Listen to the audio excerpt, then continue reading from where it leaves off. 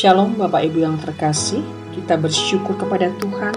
Oleh anugerahnya kita boleh beristirahat sepanjang malam dan kita bangun dengan tubuh yang sehat. Mari sebelum kita memulai segala sesuatu pagi hari ini, mari kita berdoa. Bapak, terima kasih buat penyertaan Tuhan ketika kami beristirahat dan oleh anugerah-Mu kami bangun dengan tubuh yang sehat. Bapak, sebelum kami memulai segala sesuatu, kami sejenak ingin membaca merenungkan firman-Mu. Kiranya Tuhan, Roh Kudus-Mu yang membimbing kami. Terima kasih Bapa, demi nama Yesus kami berdoa dan bersyukur. Amin. Pagi hari ini saya mengajak kita untuk membaca di dalam Efesus pasal yang keempat, ayat yang kedua. Demikianlah firman Tuhan. Saudara-saudari yang dikasihi Tuhan, firman Tuhan di dalam Efesus pasal 4:2 ini berkata, "Hendaklah kamu selalu rendah hati dan lemah lembut, sabar, tunjukkanlah kasih-Mu dalam hal saling membantu." Saudara, dalam ayat ini Rasul Paulus menasihati jemaat di Efesus untuk hidup sesuai dengan panggilan di mana mereka telah menerima Tuhan sebagai juru selamat pribadinya. Jadi panggilan ini bukannya sekedar menjadi orang yang percaya, tetapi juga hidup sebagai tubuh Kristus yang mencerminkan karakter Kristus dalam kehidupannya sehari-hari. Kita tahu bahwa keselamatan adalah anugerah Tuhan sepenuhnya, bukan karena usaha manusia, tetapi karena kasih karunia semata-mata dari Tuhan. Dan oleh karena itu, ketika Paulus berbicara tentang hidup dengan rendah hati, lemah lembut, dan sabar, Paulus tidak sedang memberi perintah yang berpusat untuk mengandalkan kekuatan manusia, tetapi mengingatkan kita bahwa hidup yang seperti ini adalah buah dari karya Roh Kudus di dalam diri orang percaya, di mana rendah hati adalah sikap yang sadar bahwa segala sesuatu berasal dari Tuhan, bukan hasil usaha diri sendiri. Lemah lembut bukanlah kelemahan, tetapi kekuatan yang dikendalikan oleh kasih. Dan kesabaran juga adalah bentuk pengakuan bahwa Tuhan sedang bekerja dalam segala sesuatu, termasuk dalam menghadapi orang-orang yang sulit di sekitar kita. Saudara, dalam kehidupan bergereja dan bersekutu, orang-orang percaya perlu mewujudkan sikap ini, di mana ini adalah sebuah tanda bahwa kita sungguh-sungguh memahami kasih dan anugerah Tuhan, di mana kita dipanggil tidak hanya untuk menerima kasih karunia keselamatan, tapi juga menyalurkan dalam hubungan kita dengan sesama, di mana kita sadar bahwa kita diselamatkan bukan atas dasar jasa kita, tetapi karena kemurahan Tuhan.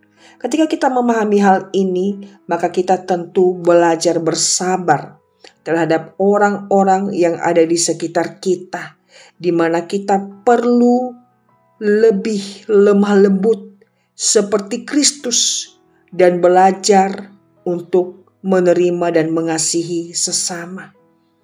Paulus menutup ayat ini dengan mengatakan, "Tunjukkanlah kasih-Mu dalam hal saling membantu," di mana kasih bukan hanya sekedar teori atau perasaan, tetapi tindakan nyata yang terlihat dalam keseharian kita, baik dalam kita hidup bergereja, dalam keluarga, dalam hidup bermasyarakat, di mana kasih yang sejati itu adalah kasih yang memberi diri, kasih yang menanggung kelemahan orang lain, kasih yang tidak mencari keuntungan diri sendiri, tetapi memperhatikan kebaikan untuk orang-orang lain.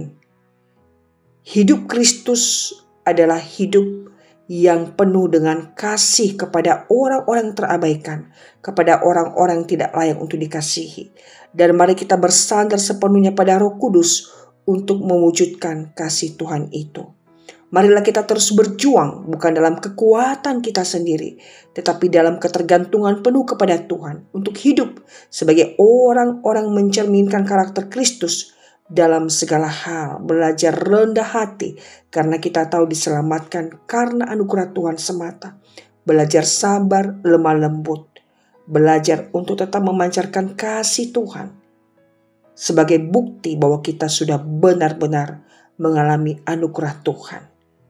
Kiranya kita terus belajar bertumbuh mentaati Tuhan, belajar mengasihi Tuhan semakin lebih dalam, Dan kasih itu boleh kita wujudkan kepada orang-orang yang ada di sekitar kita. Memang tidak mudah, tapi dengan bersandar pada Roh Kudus, kita akan dimampukan untuk terus bertumbuh dan belajar dari hari ke hari. Tuhan memberkati kita. Amin. Mari kita berdoa. Bapa, terima kasih buat perenungan ini. Engkau sekali lagi mengingatkan kami bahwa kasih-Mu yang sempurna telah Engkau nyatakan kepada kami. Kiranya kami yang sudah mengalami pengampunan dari Tuhan, boleh terus belajar di dalam mengasihi. Bukan hanya mengasihi Tuhan, tapi juga belajar mengasihi orang-orang yang ada di sekitar kami. Mungkin kadang-kala kami sulit untuk mengasihi, sulit untuk mengampuni, tetapi kami percaya bahwa Engkau menempatkan kami bukan kebetulan ketika kami harus bertemu dengan orang-orang yang mungkin tidak layak dikasihi. Tetapi kami sendiri yang tidak layak dikasihi, Engkau sudah mengasihi kami. Kiranya ini boleh membuka mata hati kami untuk belajar memancarkan kasih Tuhan yang telah kami alami itu kepada orang-orang di sekitar kami. Belajar peduli, belajar memaafkan, belajar berbagi, belajar memperhatikan. Tuhan berkati kami sepanjang hari ini. Dan kiranya Engkau berkenan membuat berhasil apa yang kami kerjakan. Dan itu memuliakan nama Tuhan. Terima kasih Bapa. Kami berserah bersyukur berdoa di dalam nama Tuhan Yesus Kristus. Amin. Tuhan memberkati saudara.